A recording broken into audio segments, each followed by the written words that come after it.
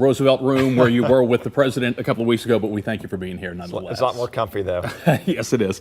You were there with the president because he was announcing his support for a piece of legislation that you introduced earlier in the year called the RAISE Act. RAISE stands for Reforming American Immigration for Strong Employment.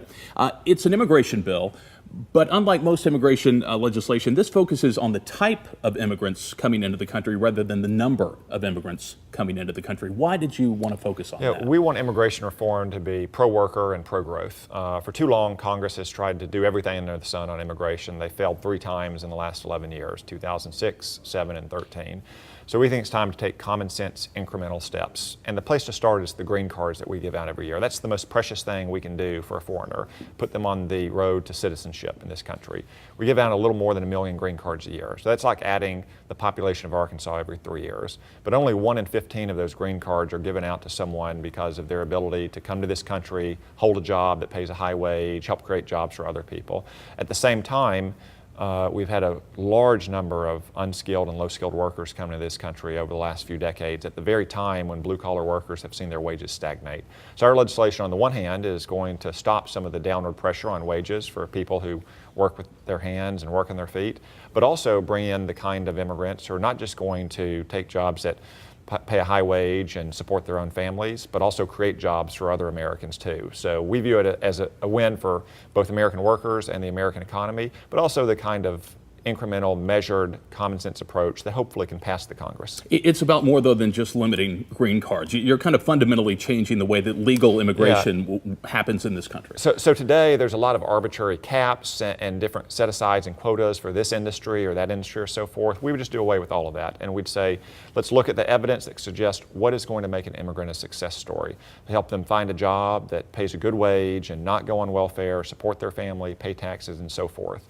And if you look at the evidence, if you look at countries that have similar systems on which we modeled our legislation, like Canada and Australia, there are just a few very simple indicators: age, English language ability, levels of education in your educational field, the wage that you're going to be paid relative to average wages in your community, your ability to invest money and manage that money, any kind of exceptional skills or achievements like internationally recognized science awards or sporting events and so forth. We just award a series of points for those kind of achievements. There's different ways to get the necessary points. So you might bring in a world-class scientist who doesn't speak a lick of English. You might bring in someone who's very young, who just graduated from the University of Arkansas with a degree in computer science, has got a job offer that's going to be 2 times the average salary here in Arkansas. So there's different ways to get the points necessary, but what we know is that from the experiences of Canada and Australia is that these immigrants are going to be able to stand on their own 2 feet and help promote economic growth and not put pressure on blue-collar wages. So the point system basically replaces employment-based and family-based immigration. I think by your own estimates, it cuts legal immigration by almost in half.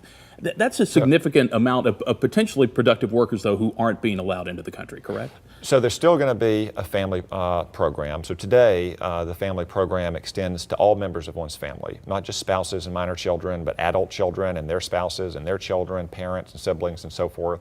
I just don't think that's a sensible way to go about giving out American citizenship. So you limit it to spouses and young children? To spouses and minor children. And there's no cap on that. Today, about 2/3 of all immigrants come in because of the family program. We would continue not to have any cap for spouses and unmarried minor children. So we'd continue that kind of family immigration program. I think that's where most Arkansans are, and if you look at opinion polling, that's what most Americans think we should do as well.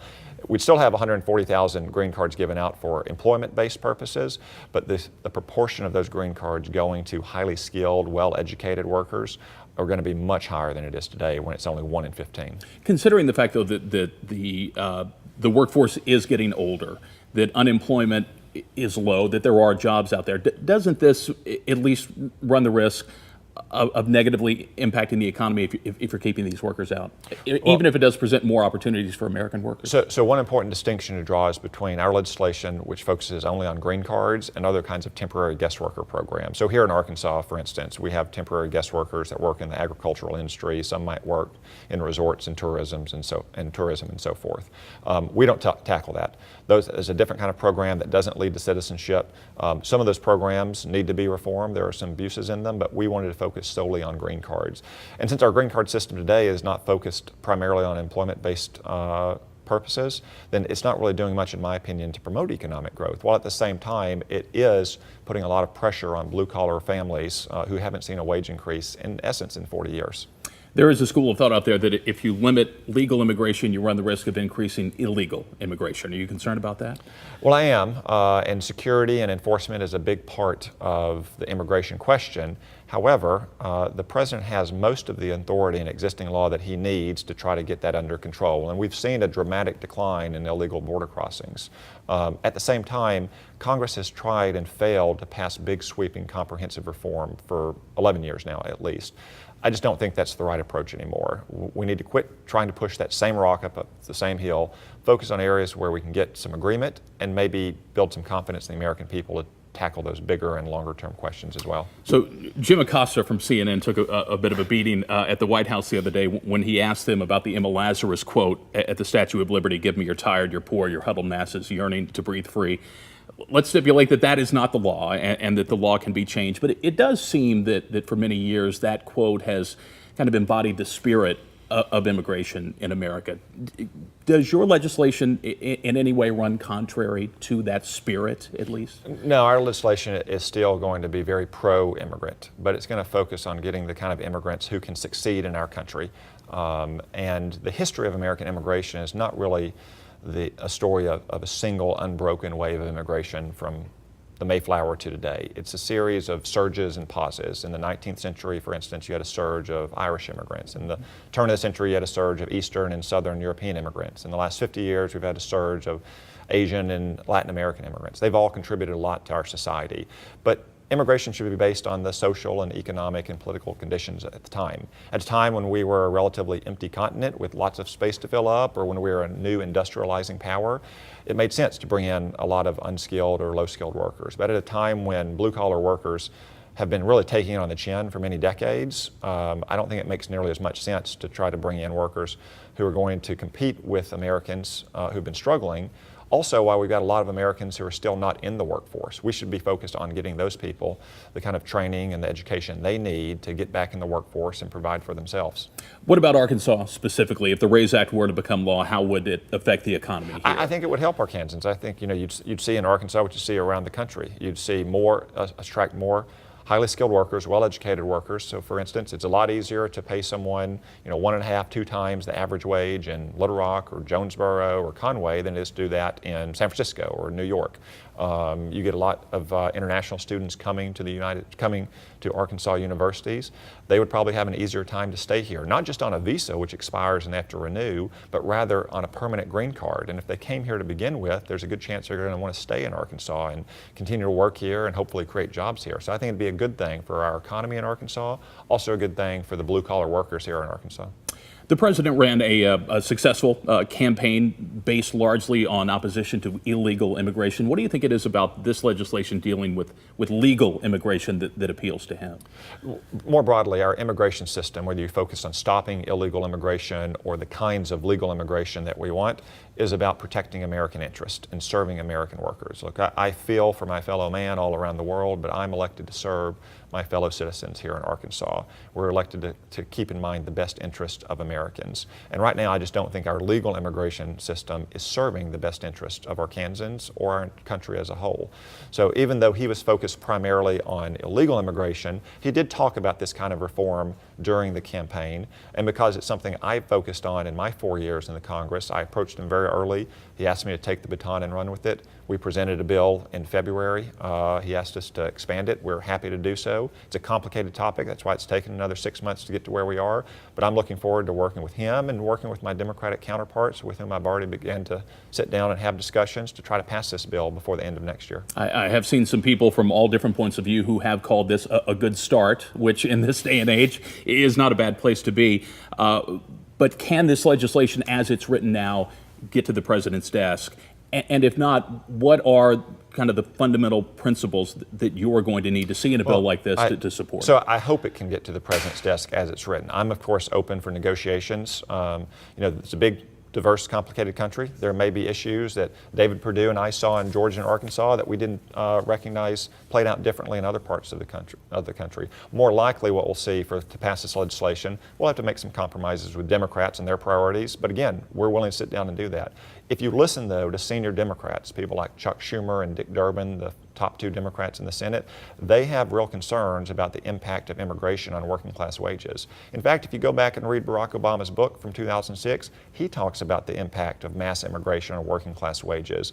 So even though it's a bit of a novel approach to the problem, something that hasn't been debated a lot in Washington, our legislation is designed to address concerns that a lot of Democrats share. Okay. New Politico poll that's out shows a plurality of 44% actually supporting the legislation at this point. Yeah, I mean, consistently public opinion polls show that Americans want an immigration system that works for American workers, and that's what our legislation does. Okay. While we have you, let me get you on a few other hot topics. North Korea reportedly constructing missile-ready nuclear weapons. At this point, the president threatening North Korea with what he called fire and fury if they continue to threaten the country.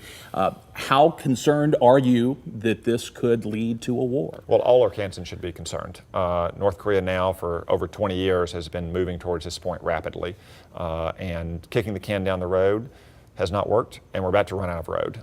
So North Korea is getting close to the point where they could put a nuclear warhead on a missile that could reach right here to Arkansas, could reach the entire continental United States. We should assume they're going to do that sooner rather than later.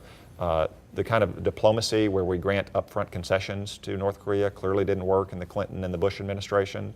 Kind of just standing idly by, hoping that something changes, didn't work in the Obama administration. The president is right to put more force, whether it's diplomatic, financial, economic, or potentially military, behind our diplomacy.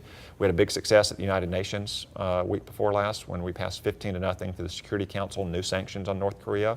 I have my doubts about whether that will work, in part because I have my doubts about whether China or Russia will implement them, but we should at least try it. But it's only going to be effective if it is backed with the credible threat of coercive American power. Okay. On health care, your party's efforts to repeal and replace Obamacare failed in the Senate last month. What, in your opinion, is the future of that fight, and will it by necessity have to be more bipartisan in nature? Well, Chris, I'm very disappointed that the Senate failed to pass health care reform, and Obamacare is not going to get any better. We're going to continue to see some prices go up for Arkansans later this year in open enrollment season. You know, networks are probably going to narrow, so people may lose their choice of doctor. So ultimately, we're going to have to return to the health care issue in the Senate.